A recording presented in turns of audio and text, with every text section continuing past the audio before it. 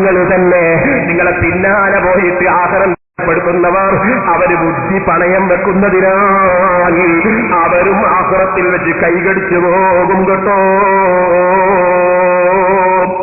എന്നാ മൗലവി എന്താ, മുജാഹിദീങ്ങൾ എന്താ സലാത്തിനെ കുറിച്ച് പറയുന്നത്? മൗലവിമാര് പറയുന്ന സലാത്ത് ചൊല്ലുന്നത് എന്തിനാണെന്നറിയോ? മുഹമ്മദ് നബിക്ക് ആഖിറത്തിൽ രക്ഷ കിട്ടാനാണ്. ഇങ്ങനെ നമ്മൾ സലാത്ത് ചെയ്യുന്നത്, മുജാഹിദീങ്ങൾ എന്തിനാ സലാത്ത് ചെയ്യുന്നത്? മുഹമ്മദ് നബി രക്ഷപ്പെട്ടു പോട്ടെ എന്ന് വിചാരിച്ചിട്ട് പ്രാർത്ഥിക്കാണ്. ഓഹോ, മുജാഹിദീങ്ങളെ പ്രാർത്ഥന ഇല്ലെങ്കിൽ നബിന്റെ കാര്യം സങ്കടം തന്നെ കേട്ടോളെ. ഞാൻ വായിച്ചു കേൾപ്പിച്ചില്ല, സ്ക്രീനിൽ വെക്ക് പോലെ അൽമനാറ് വായിച്ചു കേൾപ്പിച്ച മുജാഹിദിന്റെ പത്രം പറയുന്നു, റസൂലിന്റെ പരലോക രക്ഷയ്ക്ക് വേണ്ടിയാണ് അവിടുന്ന് പ്രാർത്ഥിക്കാൻ നമ്മോട് ആവശ്യപ്പെട്ടത്. എങ്ങനെ?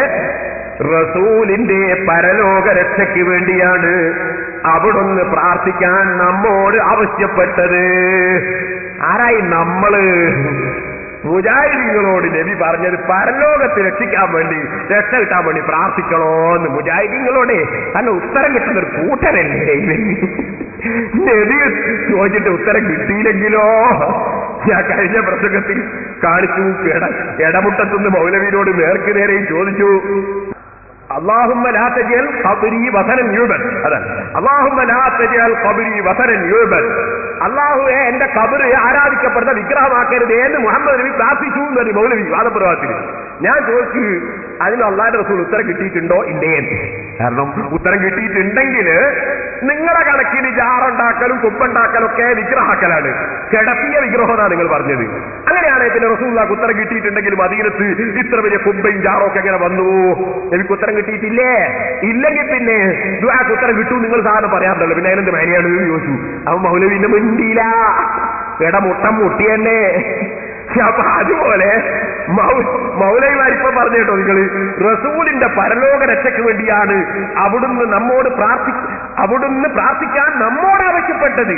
സലാത്ത് ചൊല്ലുമ്പോൾ, സലാത്ത് വാർഷികം ആഘോഷിക്കുമ്പോൾ, പാട്ടും കുത്തും കേൾക്കുമ്പോൾ ഈ വസ്തുതകൾ മനസ്സിരുത്താൻ ശ്രമിക്കുക.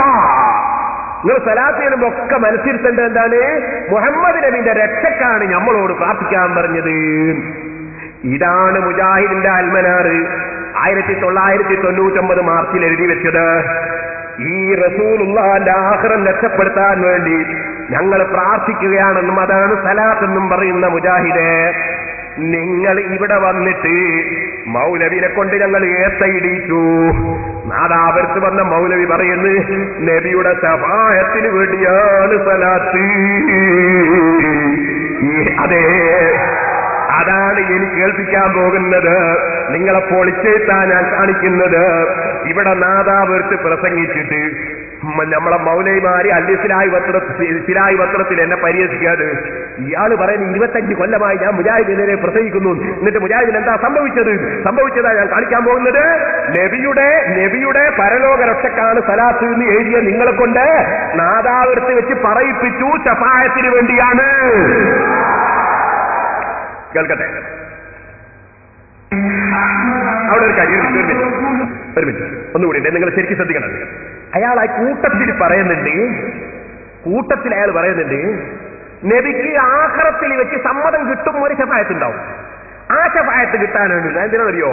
ഇവിടുന്ന് റസൂലുള്ളാഹിക്ക് റെക്കമെൻഡ് ചെയ്യാനൊന്നും അധികാരമില്ല, അത് വരുത്തി തീർക്കാനാ. അത് നിങ്ങളതിന്റെ ഇടയ്ക്ക് മനസ്സിലാക്കാൻ വേണ്ടിയാണെന്ന് ആദ്യം പറഞ്ഞതാ. പറ്റോ?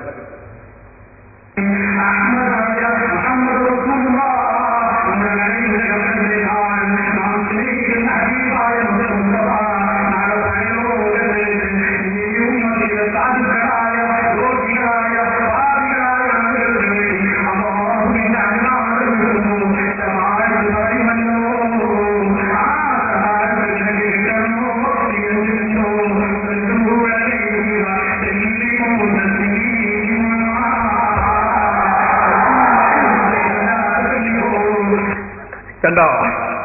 ശഫാഅത്ത് കിട്ടണമെങ്കിൽ സലാത്തല്ലു അലൈഹി സല്ലിമു തസ്ലീമാ. മൗലവി മൗലായ മുഴുവനും ചൊല്ലിക്കും നിങ്ങളെ കൊണ്ട്.